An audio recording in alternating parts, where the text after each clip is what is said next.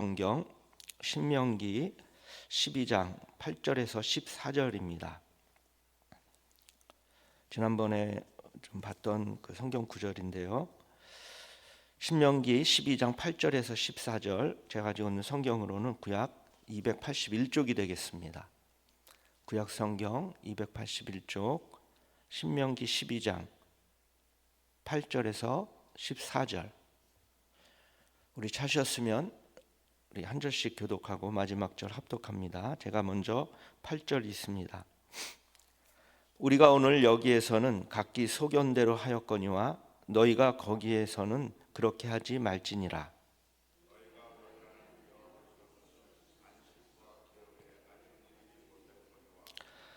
너희가 요단을 건너 너희 하나님 여호와께서 너희에게 기업으로 주시는 땅에 거주하게 될 때, 또는 여호와께서 너희에게 너희 주위의 모든 대적을 이기게 하시고 너희에게 안식을 주사 너희를 평안히 거주하게 하실 때에,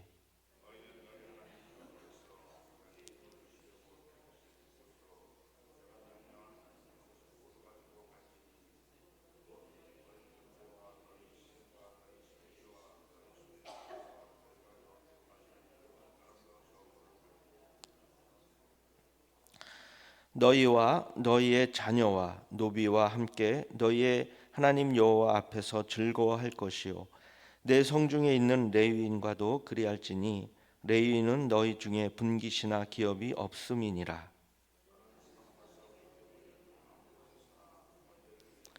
같이 합니다. 오직 너희의 한 지파 중에 여호와께서 택하실 그곳에서 번제를 드리고 또 내가 내게 명령하는 모든 것을 거기서 행할지니라. 아멘. 자, 오늘 말씀은 이스라엘 백성들이 하나님께서 약속하신 이 가나안 땅에 정착하기 전에 하나님께서 이들에게 말씀하신 그런 내용인데요.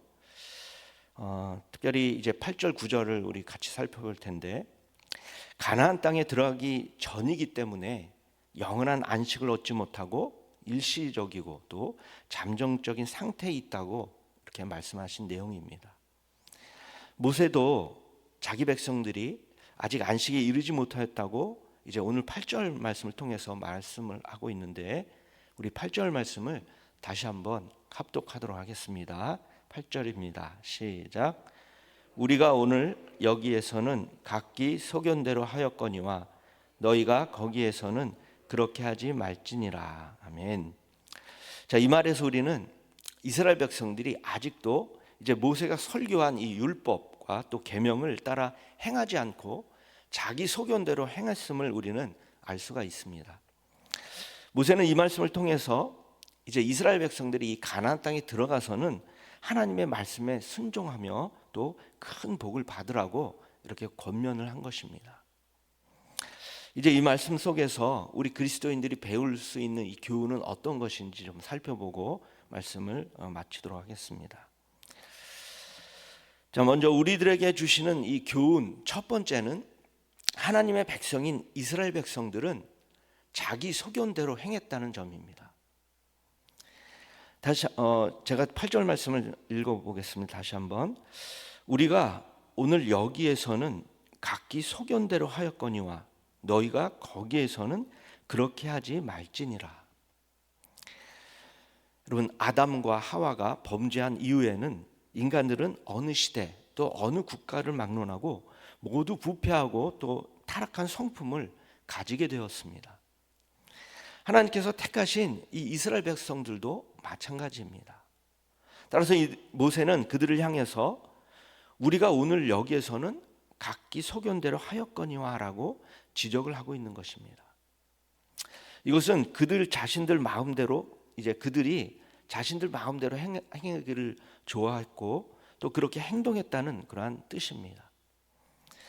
하나님께서는 애굽에서 노예 생활을 하던 이스라엘 백성들을 출애굽시켜 주셨고 무한한 능력과 은혜로 이들을 보호해 주시고 인도해 주셨습니다.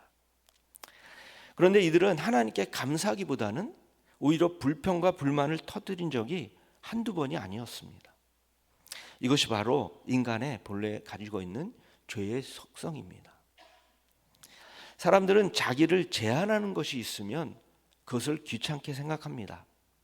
따라서 자기 마음대로 행동하기를 좋아하고 또 다른 사람에게 어떤 사랑이나 관심을 전혀 보이려고 하지 않습니다.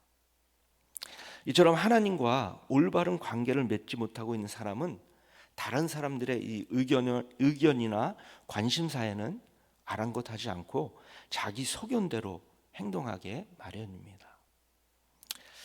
여러분, 자기의 소견대로 행동하는 것은 합당하지 못합니다. 사람들은 자신들이 행하는 모든 일은 단순히 자기 자신이 보기에만 옳다고 생각해서는 안 되고 하나님이 보시기에 옳아야 합니다. 그래서 모세는 이스라엘 백성들에게 너희가 거기에서는 하지 말지니라 라고 이렇게 권면하고 있는 것입니다. 이것은 가나안 땅에 정착해서는 자기의 소견대로 행하는 아주 그릇된 삶을 살지 말고 오직 하나님께 순종하는 삶을 살라는 그런 의미입니다. 여러분, 우리는 진실로 우리의 영혼과 또 하나님과의 관계를 개선하여 우리 자신의 타락한 성품을 변화시켜야만 합니다. 우리는 불완전한 인간이기 때문에 죄나 악을 자주 저지를 수 있습니다. 그러나 그것이 정당한 이유는 될 수 없습니다. 우리는 마땅히 이러한 죄악을 대적하고 물리쳐야 합니다. 또한 우리의 성품은 부패되어 있습니다. 그러나 그것이 타락하고 부패한 삶을 살아도 된다는 이유도 되지 못합니다. 우리는 마땅히 세상의 악에서 떠나 거룩한 생활을 해야만 합니다. 그러면 우리 그리스도인들은 어떻게 할 때에 우리 마음속에 있는 악과 싸워서 승리할 수가 있을까요? 또 더불어 이 세상의 악에 물들지 않고 거룩하고 깨끗한 삶을 살 수가 있을까요? 정답은 자기를 부인하고 또 자기를 희생할 때 우리는 승리의 삶을 살 수가 있습니다. 예수님께서는 누가복음 9장 23절의 말씀을 통해서 이렇게 우리들에게 말씀하십니다. 또 무리에게 이르시되 누구든지 나를 따라오려거든 자기를 부인하고 날마다 제 십자가를 지고 나를 따를 것이니라. 아멘. 여러분, 죄악된 이 욕망과 또 타락한 성향을 절제할 때 우리는 승리하는 생활을 할 수가 있습니다. 또 자신의 이 이익만을 추구하지 않고 다른 사람들의 이익을 먼저 생각할 때도 승리의 생활을 할 수가 있고요. 그리고 자신의 이 소견대로 살지 않고 하나님께서 기뻐하시는 대로 살 때 우리는 비로소 승리의 생활을 할 수가 있습니다. 여러분, 하나님께서는 우리 인간들을 이성이 있고 또 책임질 줄 아는 피조물로 만드셨습니다. 또한 옳고 그름을 분별할 수 있는 능력도 주셨습니다. 따라서 이러한 능력을 올바르게 사용할 때 우리는 하나님과 또 교제하며 또 마음의 평안을 누릴 수가 있는 것입니다. 그러나 하나님께 범죄한 이후로 인간들은 이 능력을 상실하고 또 하나님의 뜻을 분별치 못하게 되었습니다. 따라서 우리는 이 땅에 사는 동안 불완전한 상태에 있을 수밖에 없는 것입니다. 또한 우리는 이 땅에서는 완전한 것을 발견할 수 없습니다. 그러나 이 불완전한 세상이 지나가고 나면 모든 것이 완전한 세상이 도래할 것입니다. 이 불완전한 세상이 지나면 완전한 세상이 온다는 이 사실은 우리가 인생의 이 어려움, 여러 가지 어려움을 만났을 때 우리에게 아주 큰 위로를 줍니다.